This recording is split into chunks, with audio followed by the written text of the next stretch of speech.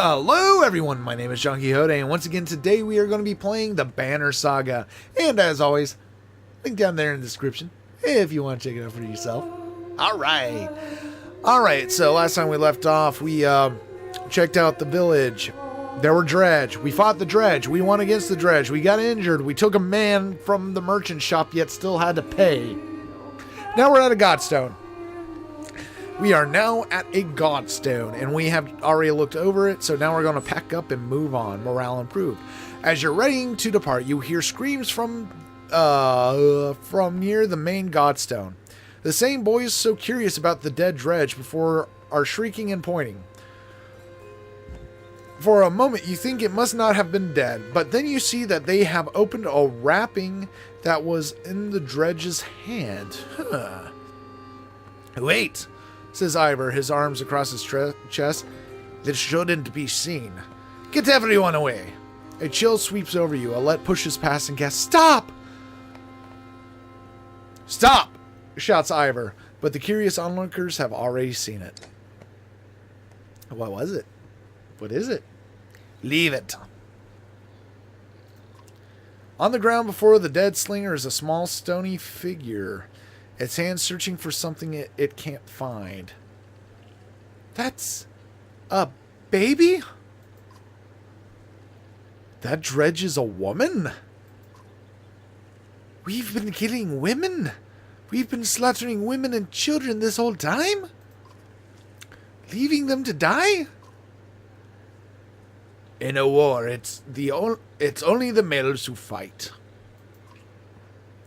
We've been fighting these dredge the whole way. Why are women and children on their backs attacking us? They're not invading. They're running. Everyone stops dead in their tracks. The entire caravan is gathering around, aghast. When I spoke to Juno, she told me something was coming. She didn't know what. A darkness. Something black is covering the world, and the dredge are running from it, just as we're running from them. The serpent, the quake, it's all the beginning of the end. Ivor, you knew? Why? Why didn't you say something? Ivor? When I was young, I killed one of the Sundar during the Second Great War. We called it a raise. Every time we would build our defenses, it would flatten them and push us back again. I became separated from the rest of the Var and stumbled upon Reyes deep in a snowstorm. Alone, she was nursing. I threw my axe. It twisted in the wind. Her son died in her arms. She was so pathetic, kneeling in the snow. She didn't even try to stop when I took her head. That's how I killed Asunder. When I found my way to Grafenheim, the Var wanted to make me kinder, next to be king. I left, walked until I ended up in Skoger, where no one knew what I had done. The only sound is the wind blowing through the trees. So now we know about Ivor. What happened with Ivor in his past? For a long time, nobody says a thing until a child breaks the silence. What do we do with the baby? She asks. A lump forms in your throat, looking at the small obsidian creature swimming before you.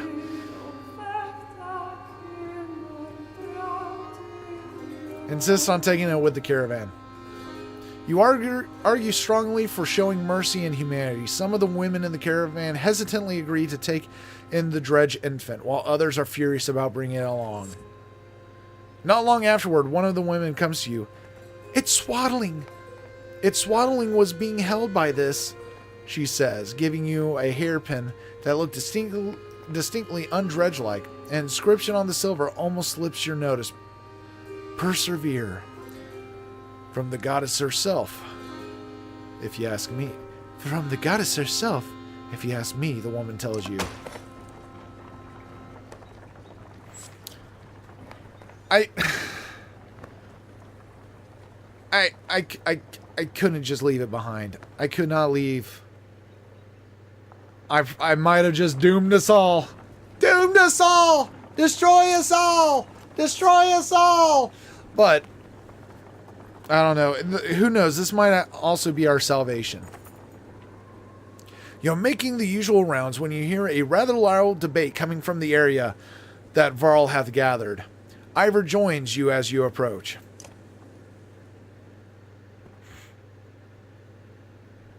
Ubin, you'd rather be known for falling asleep and dying in the corner of a meat house than battling asunder?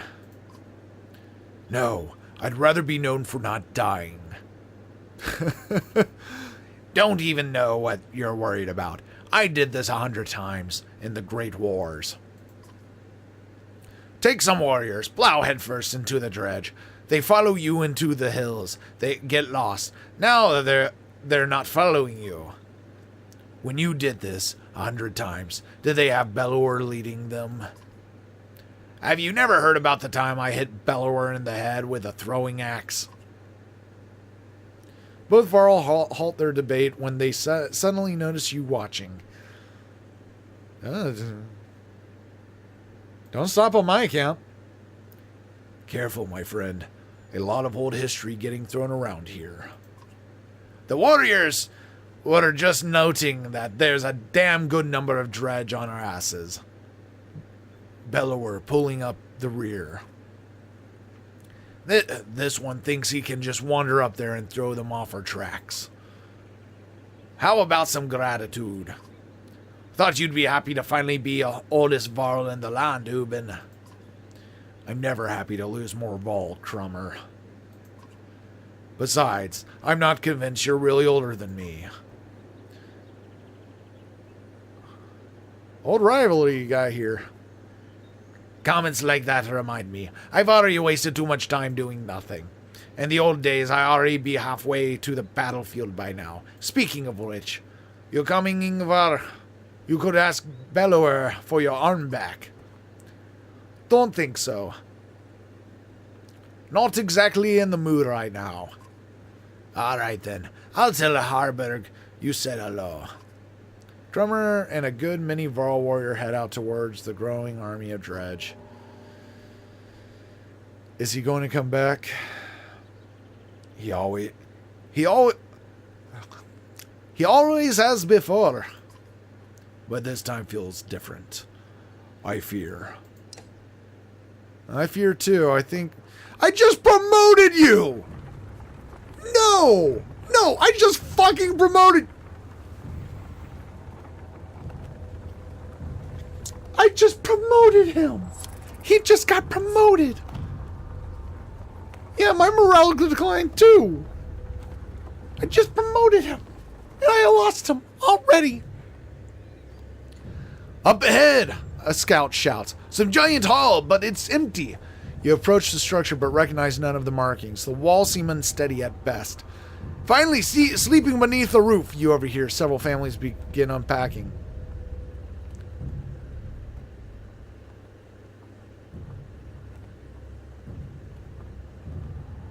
Look for any clues about why it was abandoned. Whomever left here may have had a good reason. You tell the caravan, but after a few tiring hours of searching for clues, you have no answer. The frustration of the wasted time is apparent on the clans. Okay, so let's go ahead and sleep in the hole. Cheers erupt as people flood into the building. A Varl leans against a supporting pillar. It cracks and brings down a portion of the massive roof, crushing a number of clansmen beneath it. Sadly, the rubble is too deep to recover their bodies, and you leave the building behind with regret.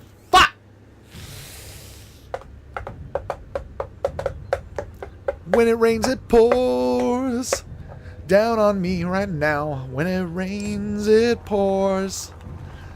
And we lost more clansmen again. Yeah, at least morale is just normal. I mean, golly. Gather around, daughters. Echoes a shout in the distance as Krumr and his band of warriors break through nearby foliage. And behold the invincible Varl. The caravan is thrilled to see Krumr return safely. I'm glad too. Did the plan work? Asks Ubin. Work, responds Krumr. Of course it worked. Same old dredge. Should be another day or two at least before they even find their own asses. And if you apologize, I'll tell you how I found these, Krumr says, tossing you a pair of leather gloves that look big enough for a varl. He leans in close, whispering so Ubin can't hear. Had something to do with a raven's nest and a hair tie. Huh. Dunder's hand. Huh. That's actually surprising. As Sigurholm approaches, we fear the worst. The once calm lake surrounding it now looks like a bowl that has been flipped. Proud home sinking into muddy water. A side effect of the quake. Okay, so it's just because of the quake. What has the rest of the world become on the other side of those mountains? But not because of the dredge. Wait, was this where we were wanting to go? Is this where Juno is waiting for us? Sorry, I'd make a Juno quote here, but I've never seen the movie. I just know it's about a girl. She gets pregnant, decides to give it up for adoption. That's about all I know. I think she decides to keep it at the end. Quote! Juno quote right there. She keeps it at the end, but I don't know if she does or not. So hashtag spoiler, not spoiler. I say afterwards. One catastrophe to another, says Odleif, as you pull into Sligorm. The town appears to be sinking into the lake. Townspeople peek from dark windows and makeshift hovels further up the hill. No, says Evan, looking frantic. Where is she? He runs to the front of the caravan, looking out over the water. Juno isn't here, and you get the creeping feeling you're not welcome either. Going up river looks out of the question. The beach is bare, aside from the occasional skeleton of a ruined fishing boat. You reluctantly set up camp in the sinking town.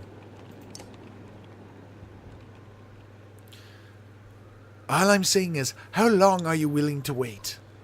While taking stock of caravan, you're inadvertently walked into a debate between Odleif and Eyvind. Eyvind, as long as we need to. And I think we need to get out of here. I don't feel good about this place.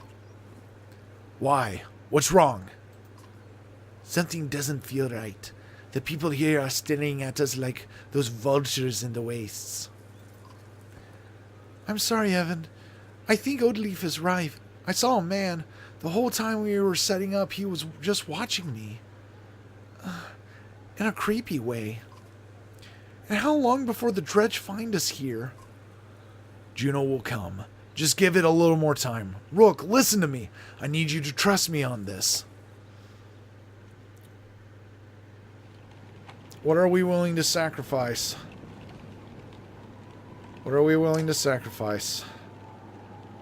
That's the question. We still have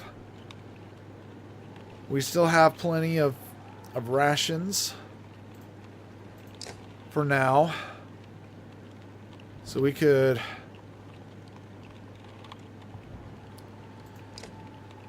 see who needs to be leveled up. Yeah, let's go ahead and put you back up here, buddy. Let's go ahead and put you back up there. Okay, we could either upgrade Hogan, Odleif, or Rook. Rook's recently been leveled up.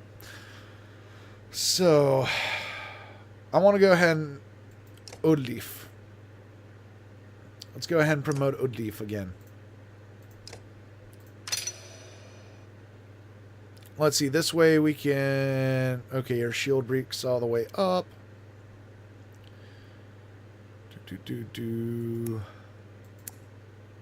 Yes. I think this is what we want to do. Her primary use so far has been to destroy shields from a distance. So that's what we're going to try to keep her at. I mean, I'm going to have to upgrade her life eventually. Yeah, let's go ahead and promote Hogan too.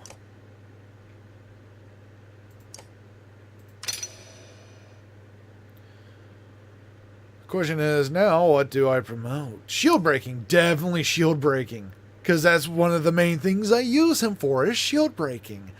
So Let's go ahead and up his shield as well. No, let's willpower. Yeah, we need his willpower. All right.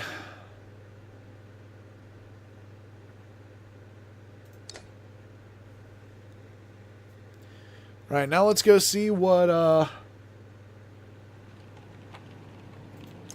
Eggle. You're really worried about her, aren't you? What? Oh, Juno. Worry doesn't begin to describe it. If she doesn't find us here or something has happened to her, are you sure what you saw was real? It could have been a dream, or I don't know, you were pretty exhausted. I don't know. To be honest, I'm not sure anymore. Everything is a blur. Don't tell the others I said that. I have to hope it wasn't just a dream. What's it like to be a Mender? Being a Mender? I guess I never really thought about it like that. It's just part of me. They knew very young that I would join the order. Born into it, you could say. My mother and father, both Menders. The guild is for lots of people now. Builders and healers. Do they all pull lightning out of the sky? No. That's not normal. It's one of the reasons I know Juno. She's one of the council. She helps me control things like this, so we don't end up scaring people. How exactly does weaving work anyways? Well, the hardest part is usually seeing the threads. Everything is part of the tapestry. It's made of threads woven together. If you can see the threads, you can manipulate them. I don't know how to explain it really. It's like trying to play a harp with invisible strings. Look at my staff, for example. Some menders carve intricate patterns in the wood to help them remember the shapes of... like I said, hard to explain. I think you were doing a good job. I think I was grasping it. It's like an invisible harp.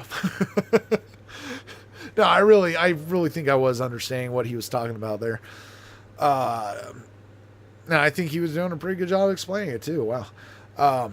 Why is Bellower still following us? I saw Grafenheim as it burned. Evan gets as far away look in his eyes. The thunder blew through it like a tempest. The Varl fell in the thousands. Most of the thunder left the city and headed south. Who knows where they are now? They might be destroying every town they come to, or heading toward Aberring. Bellower stayed in Grafenheim, just for the sport of it, I think. As we fled to Eiertoft, I thought he must want to wipe the Varl off the map completely. But then he came after us. Maybe he knew Ivor was the one who killed Reyes. Maybe, but let's just make sure he doesn't catch up. Do you think this is the end times? I don't know what to think. I wish I could give you a better answer. Even if we escape the dredge, that serpent said a darkness was covering the world. I don't know how long that will take, or what it means even. I'm just trying to solve one problem at a time. The Menders are in Aberring. If we can find ships and make it to the capital, we might have a chance. I won't take any more time. No, it's okay, Rook. I appreciate the talk. It's good to stay grounded. I spend all day worrying about serpents or sunder. I think a lot of people are intimidated or scared, maybe, of me.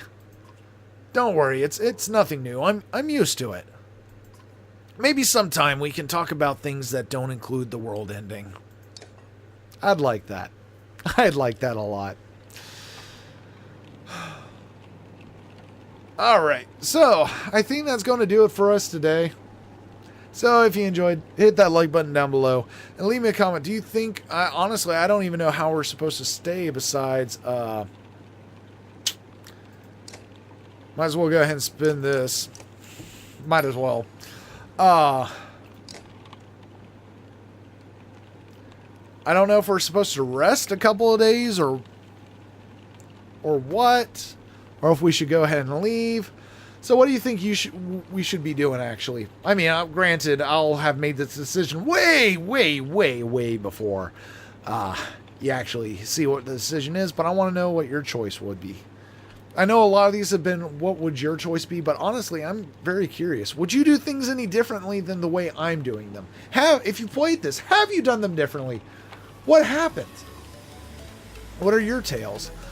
So yeah. And don't forget to subscribe if you haven't already. Daily uploads 3 p.m. Eastern Standard Time every day.